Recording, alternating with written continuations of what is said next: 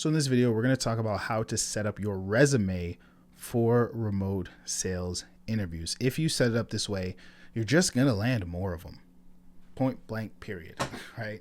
A lot of people I see when they're setting up their resumes, and specifically when they're talking about their employment history, there's a few key things that they're missing that would massively make them more interesting, make them worthwhile for recruiters, sales managers, and founders to actually read and help them want to pick that person. And I'm just going to go straight into it. It's the way they set up the explanation. It's the way they talk about the numbers. It's the way they talk about the role that they played at that company.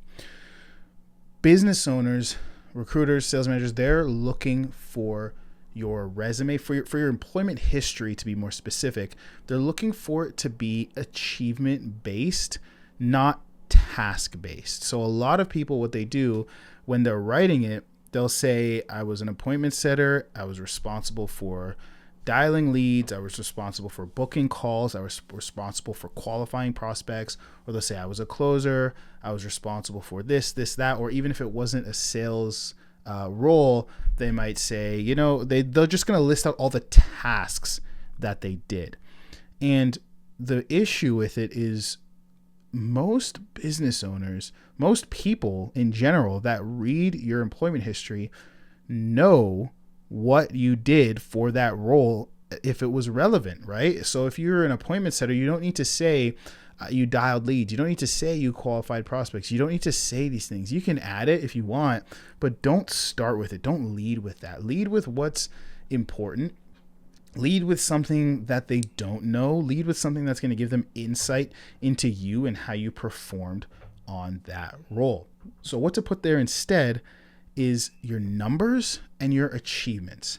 Numbers meaning if it was a sales role, close rates, show rates, appointment rates, referrals, whatever numbers are sexy that you generated on that offer that you can showcase, talk about it.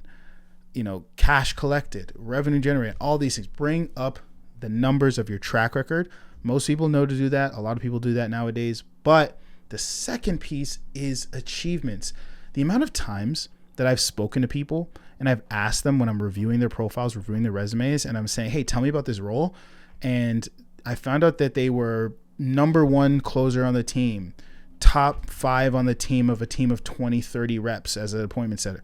Like I found out that they had these achievements, won an award for X, Y, and Z excellence. The times that I find these out and it's not in the resume baffles me, because that's going to get you the interview. If you can showcase that you have a history, even if it's not sales experience, if you can showcase that you have a history and a pattern of winning and being a top performer, that's going to translate. Business owners want people on the team that are like that, because winners win. Top performers perform well, and regardless of what they do, because they have certain traits that made them a top performer in whatever it is they were doing, whether it was the work ethic, whether it was the conviction and confidence, whatever. Top performers usually perform well across multiple different roles and industries because of some of the innate traits that they showcase, or just the type of work ethic that they have. So showcase that if you have it. So, did you win awards? Were you top 3 out of 10 or something? Were you top of the team?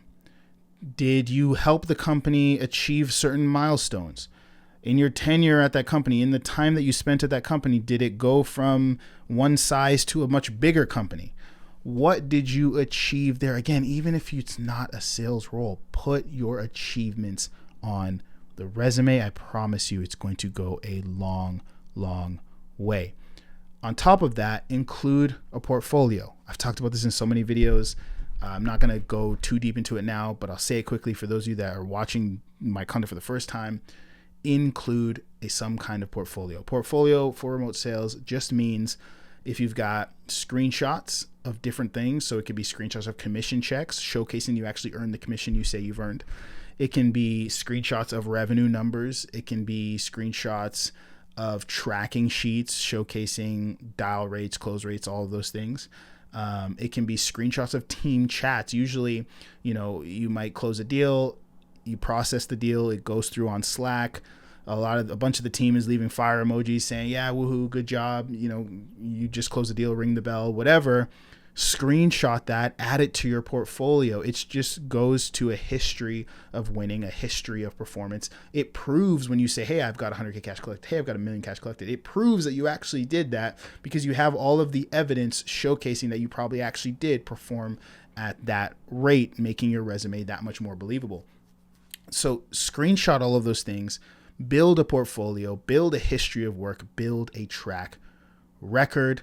Make sure you have the most important asset possible in this industry, which is a great intro video. Watch some of my other videos about how to create a great intro video, and have call recordings, whether it's live call recordings and snippets from your real calls where you redact some of the important information, but you put you doing a good discovery, you handling objections, you pitching a product in a good way.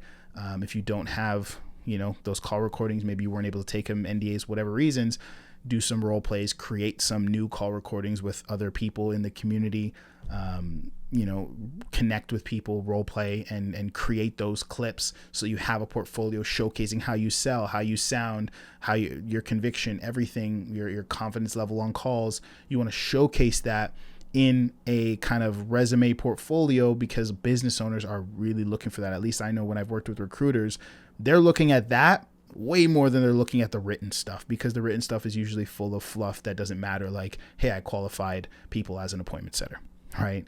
So if you do all these things, you'll have a 10 times better resume. You'll land way more offers, and you'll just make more money in commissions as a closer, right?